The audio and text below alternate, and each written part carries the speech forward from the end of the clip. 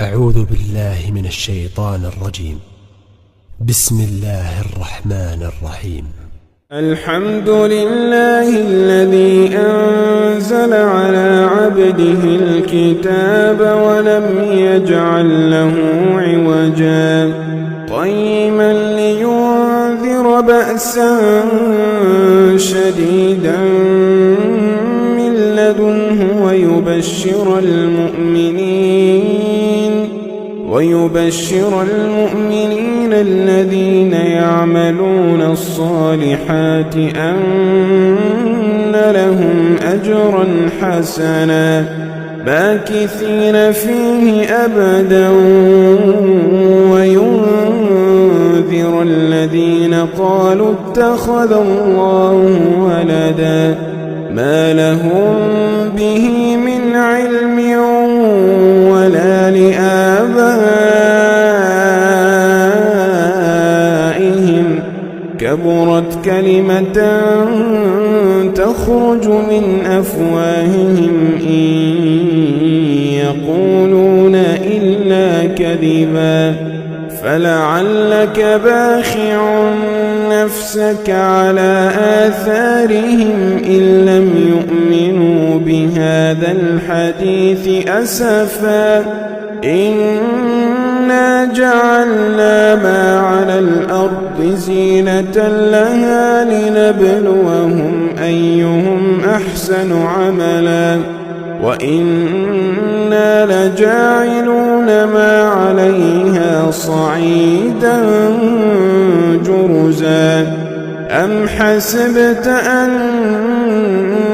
أصحاب الكهف والرقيم كانوا من آياتنا عجبا إذ أوى الفتية إلى الكهف فقالوا ربنا آتنا من لدنك رحمة وهيئ لنا من أمرنا رشدا فضربنا على آذانهم في الكهف سنين عددا ثم بعثناهم لنعلم أي الحزبين أحصى لما لبثوا أمدا نحن نقص عليك نبأهم بالحق إنهم فتية آمنوا بربهم وزدناهم هدى وربطنا على قلوبهم إذ قاموا فقالوا ربنا رب السماوات والأرض لن ندعو من دونه إلها لقد قلنا إذا شططا هؤلاء قومنا اتخذوا من دونه آلهة لولا يأتون عليهم بسلطان بين فمن أظلم ممن افترى على الله كذبا وإذ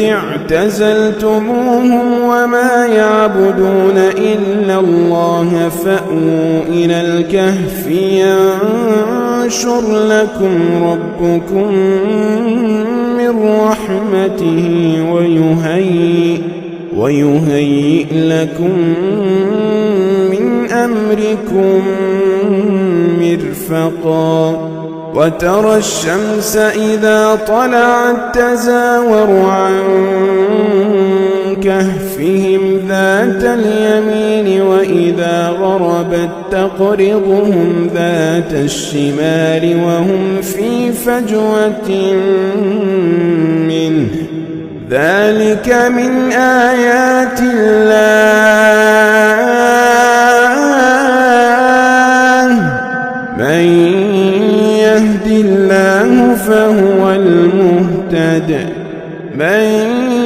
يهد الله فهو المهتد ومن يضلل فلن تجد له وليا مرشدا وتحسبهم أيقاظا وهم رقود ونقلبهم ذات اليمين وذات الشمال وكلبهم باسط ذراعيه بالوصيد لو اطلعت عليهم لوليت منهم فرارا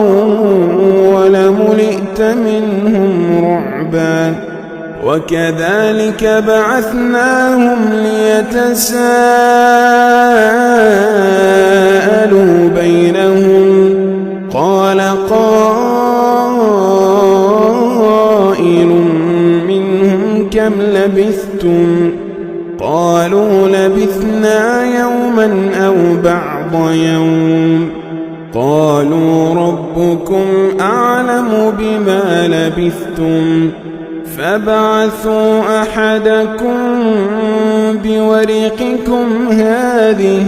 إلى المدينة فلينظر أيها أزكى طعاما فليأتكم برزق منه وليتلطف ولا يشعرن بكم أحدا إنهم إن يظهروا عليكم يرجموكم أو يعيدوكم في ملتهم ولن تفلحوا إذا أبدا وكذلك أعثرنا عليهم ليعلموا أن وعد الله حق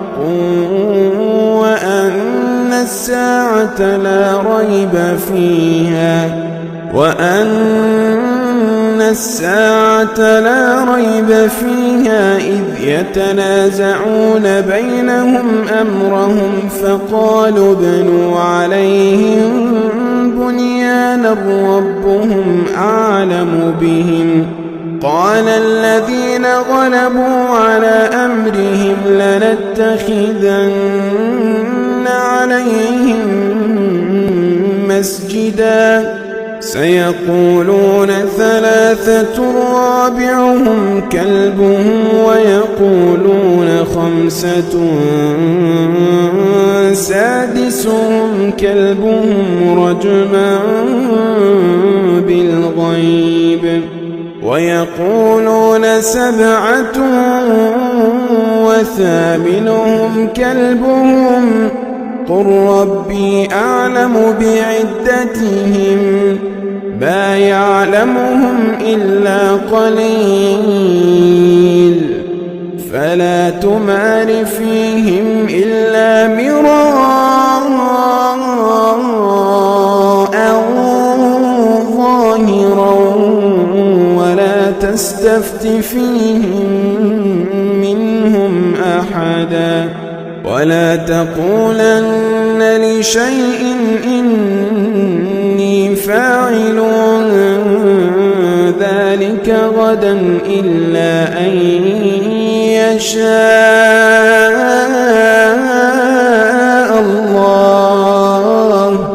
واذكر ربك إذا نسيت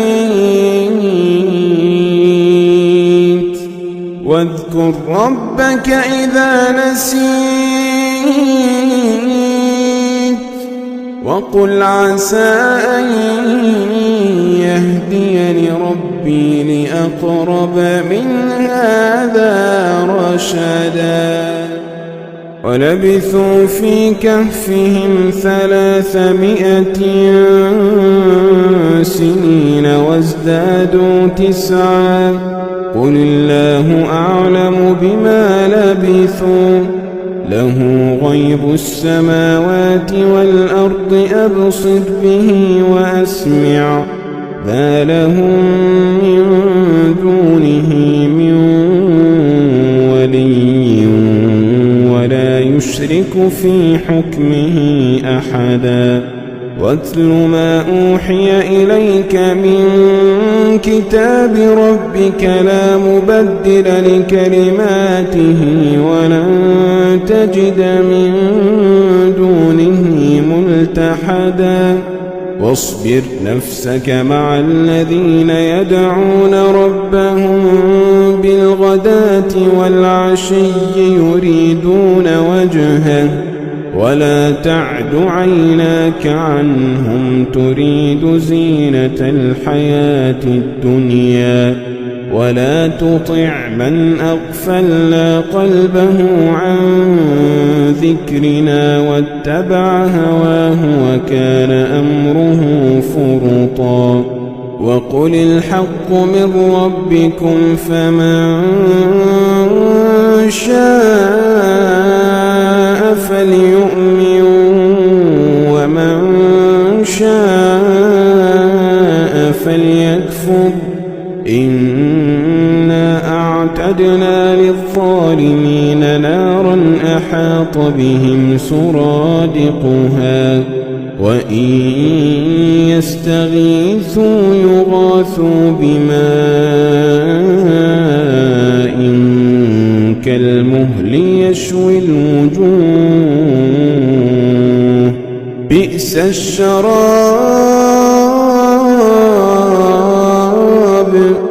بئس الشراب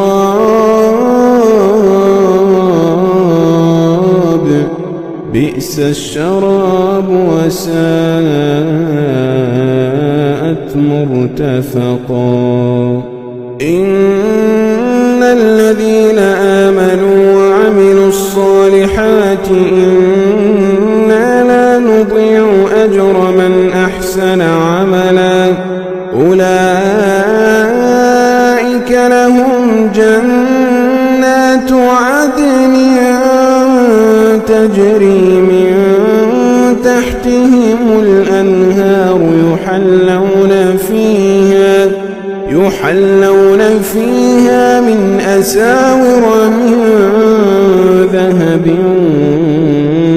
ويلبسون ثيابا خضرا من سندس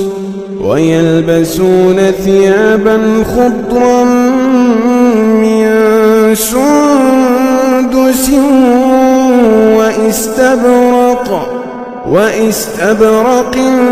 متكئين فيها على الأرائك نعم الثواب وحسنت مرتفقا واضرب لهم مثلا الرجلين جعلنا لأحدهما جنتين من أعناب وحففناهما بنخل وجعلنا بينهما زرعا كلتا الجنتين آتت أكلها ولم تظلم منه شيئا وفجرنا خلالهما نهرا وكان له ثمر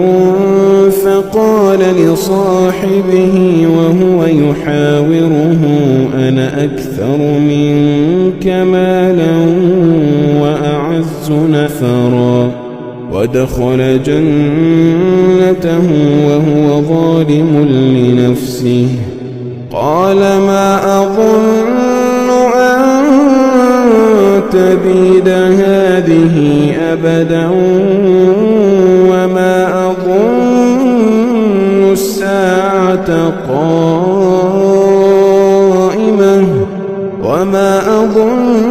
الساعة قائمة ولئن رددت إلى ربي لأجدن خيرا منها منقلبا قال له صاحبه وهو يحاوره أكفرت بالذي خلقك من تراب قال له صاحبه وهو يحاوره أكفرت بالذي خلقك من تراب ثم من نطفة ثم سواك رجلا لكن هو الله ربي ولا أشرك بربي أحدا ولولا إذ دخلت جنتك قلت ما شاء الله لا قوة إلا بالله إن ترني أنا أقل منك مالا وولدا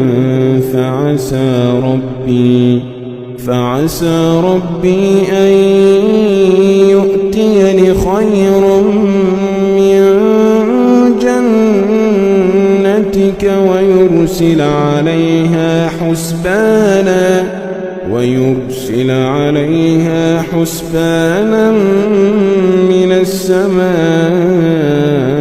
فتصبح صعيدا زلقا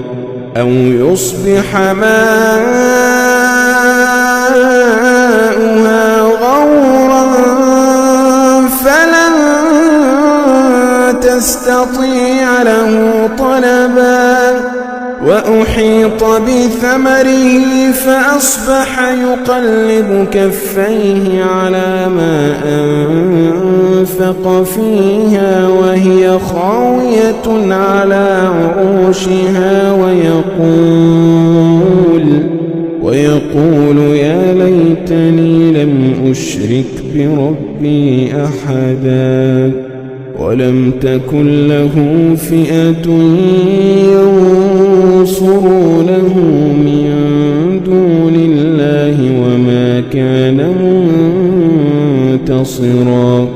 هنالك الولاية لله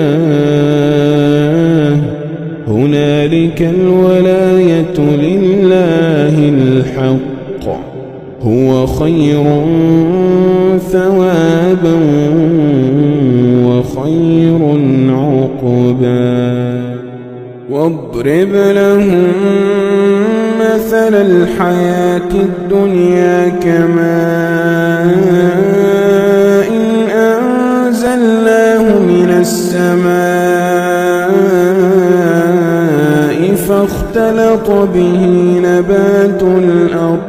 فاختلط به نبات الأرض فأصبح هشيما تذروه الرياح وكان الله على كل شيء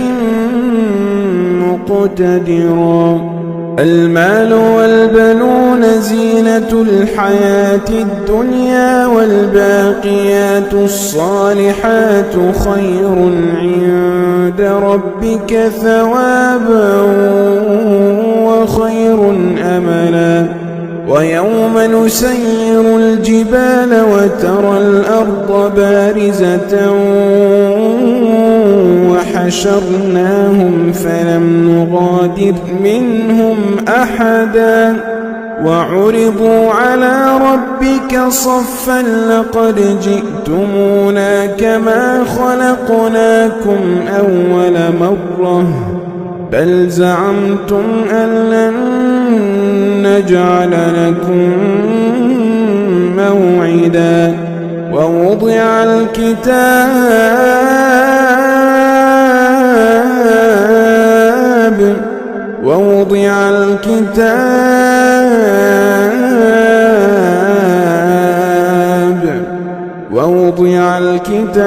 فترى المجرمين مشفقين مما فيه ويقولون يا ويلتنا ما لهذا الكتاب لا يغادر صغيرة ولا كبيرة إلا أحصاها ووجدوا ما عملوا حاضرا ولا يظلم ربك أحدا وإذ قلنا للملائكة اسجدوا لآدم فسجدوا إلا إبليس كان من الجن ففسق عن أمر ربه أفتتخذونه وذريته أولياء من دوني وهم لكم عدو بئس للظالمين بدلا ما أشهدتهم خلق السماوات والأرض ولا خلق أنفسهم وما كنت متخذ المضلين عضدا ويوم يقول نادوا شركائي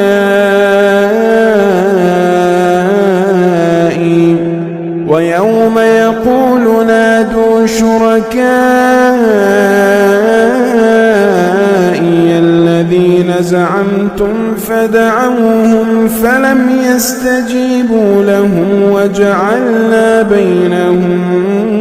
موبقا ورأى المجرمون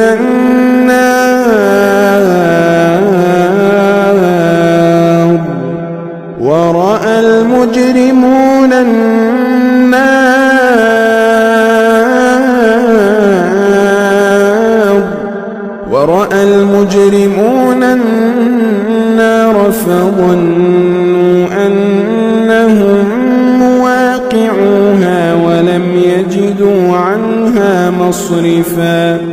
ولقد صرفنا في هذا القرآن للناس من كل مثل وكان الإنسان أكثر شيء جدلا وما منع الناس أن يؤمنوا إذ جاءهم الهدى ويستغفروا ربهم إلا أن تأتيهم سنة الأولين أو يأتيهم العذاب قبلا وما نرسل المرسلين إلا مبشرين ومنذرين ويجادل الذين كفروا بالباطل ليدحضوا به الحق واتخذوا آياتي وما أنذروا هزوا ومن أظلم ممن ذكر بآيات ربه فأعرض عنها ونسي ما قدمت يداه إنا جعلنا على قلوبهم أكنة أن يفقهوه وفي آذانهم وقرا وإن تدعهم إلى الهدى فلن يهتدوا إذا أبدا وربك الغفور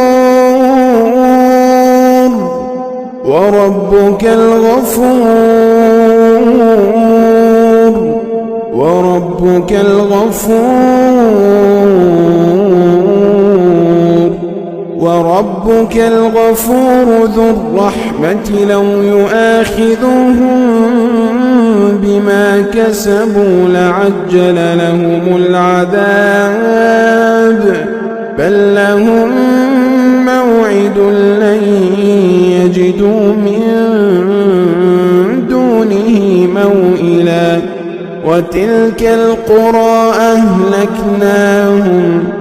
وتلك القرى أهلكناهم لما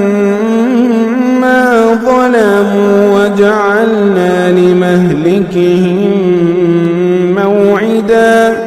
وإذ قال موسى لفتاه لا أبرح حتى أبلغ مجمع البحرين أو أمضي حقبا فلما فلما بلغا مجمع بينهما نسيا حوتهما فاتخذ سبيله في البحر سربا فلما جاوزا قال لفتاه آتنا غداءنا لقد لقينا من سفرنا هذا نصبا قال أرأيت إذ أوينا إلى الصخرة فإني نسيت الحوت وما أنسانيه إلا الشيطان أن أذكره واتخذ سبيله في البحر عجبا قال ذلك ما كنا نبغ فارتدا على آثارهما قصصا فوجدا عبدا من عبادنا آتيناه رحمة من عندنا وعلمناه من لدنا علما قال له موسى هل أتبعك على أن تعلمني مما علمت رشدا قال إنك لن تستطيع معي صبرا وكيف تصبر على ما لم تحط به خبرا قال ستجدني إن شاء الله صابرا ولا أعصي لك أمرا قال فإن اتبعتني فلا تسألني عن شيء حتى أحدث لك منه ذكرا فانطلقا حتى إذا ركبا في السفينة خرقها قال أخرقتها لتغرق أهلها لقد جئت شيئا إمرا قال ألم أقل إنك لن تستطيع معي صبرا قال لا تؤاخذني بما نسيت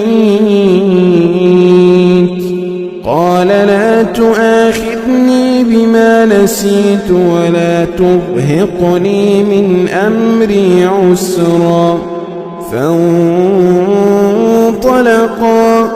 حتى إذا لقيا غلاما فقتله قال أقتلت نفسا زكية بغير نفس لقد جئت شيئا نكرا قال ألم أقل لك إنك لن تستطيع معي صبرا قال إن سألتك عن شيء بعدها فلا تصاحبني قد بلغت من لدني عذرا فانطلقا حتى إذا أتيا أهل قرية استطعما أهلها فأبوا أن يضيفوهما فوجدا فيها جدارا يريد أن ينقض فأقامه قال لو شئت لاتخذت عليه أجرا قال هذا فراق بيني وبينك سأنبئك بتأويل ما لم تستطع عليه صبرا أما السفينة فكانت لمساكين يعملون في البحر فأردت أن أعيبها وكان وراءهم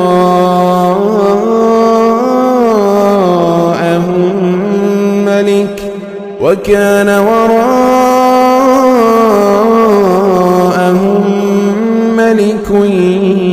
يأخذ يأخذ كل سفينة غصبا.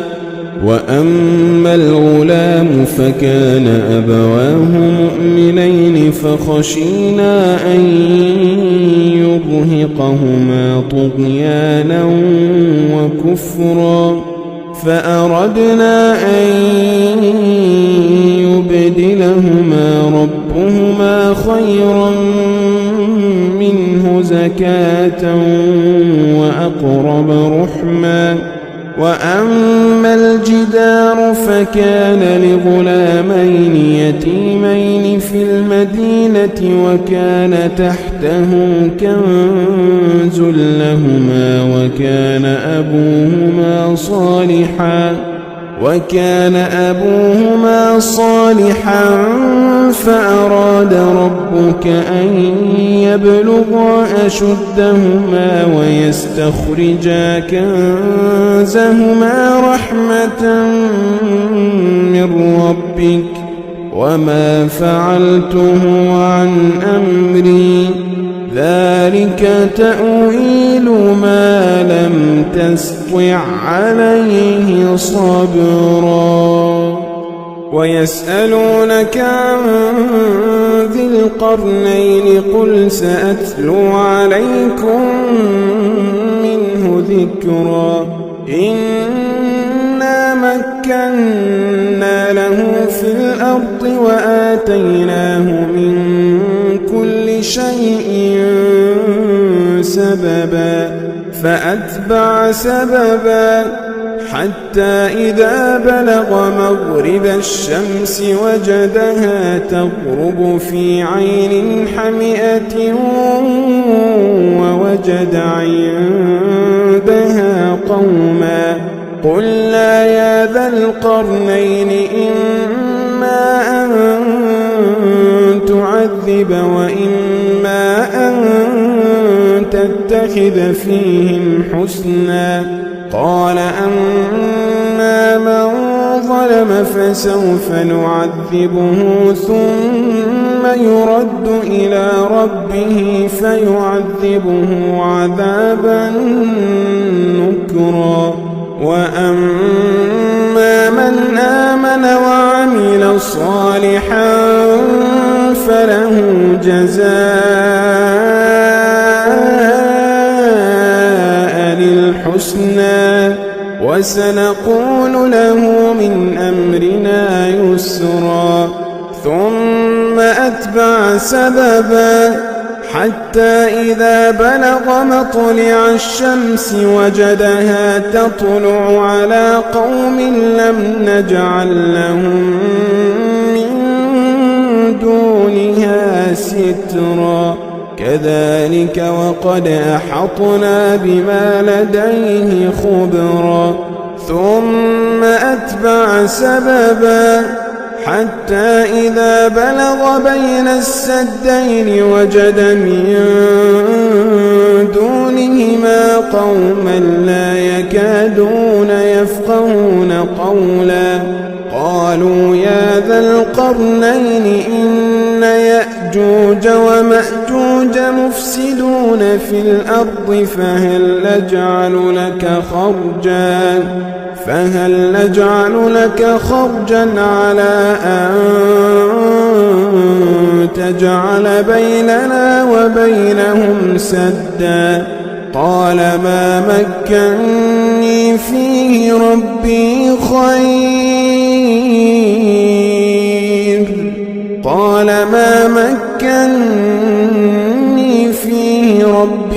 خير فأعينوني بقوة أجعل بينكم وبينهم ردما. آتوني زبر الحديد حتى إذا ساوى بين الصدفين قال انفخوا حتى إذا جعله نارا قال آتوني أفرغ عليه قطرا. فما استطاعوا أن يظهروه فما استطاعوا أن يظهروه وما استطاعوا له نقبا قال هذا رحمة من ربي فإذا جاء وعد ربي جعله دكاء وكان وعد ربي حقا وتركنا بعضهم يومئذ يموج في بعض ونفخ في الصور فجمعناهم جمعا وعرضنا جهنم يومئذ للكافرين عرضا الذين كانت أعينهم في غطاء عن ذكري وكانوا لا يستطيعون سمعا أفحسب الذين كفروا أن يتخذوا عبادي من دوني أولياء إنا أعتدنا جهنم للكافرين نزلا قل هل ننبئكم بالأخسرين أعمالا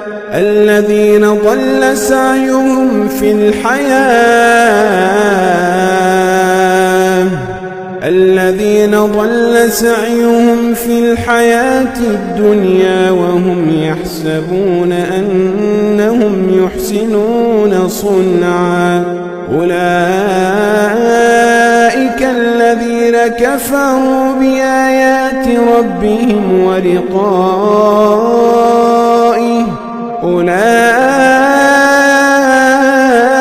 الذين كفروا بآيات ربهم ولقائه أولئك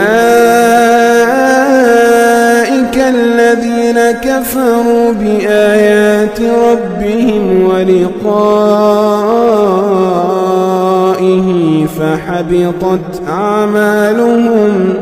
فحبطت أعمالهم فلا نقيم لهم يوم القيامة وزنا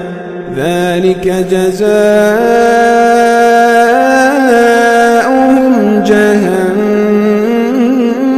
بما كفروا واتخذوا آياتي ورسلي هزوا إن الذين آمنوا وعملوا الصالحات كانت لهم جنات الفردوس نزلا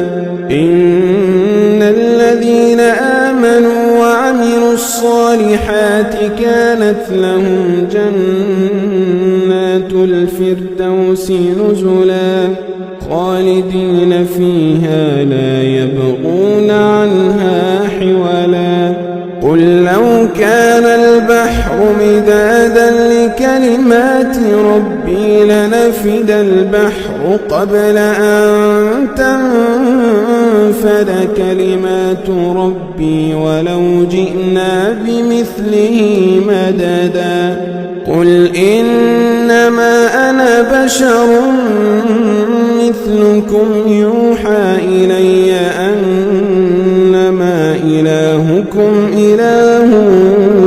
واحد فمن كان يرجو لقاء ربه فليعمل عملا صالحا فمن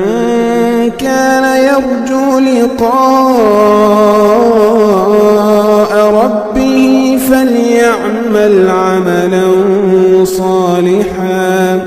فليعمل عملا صالحا ولا يشرك بعبادة ربه أحدا.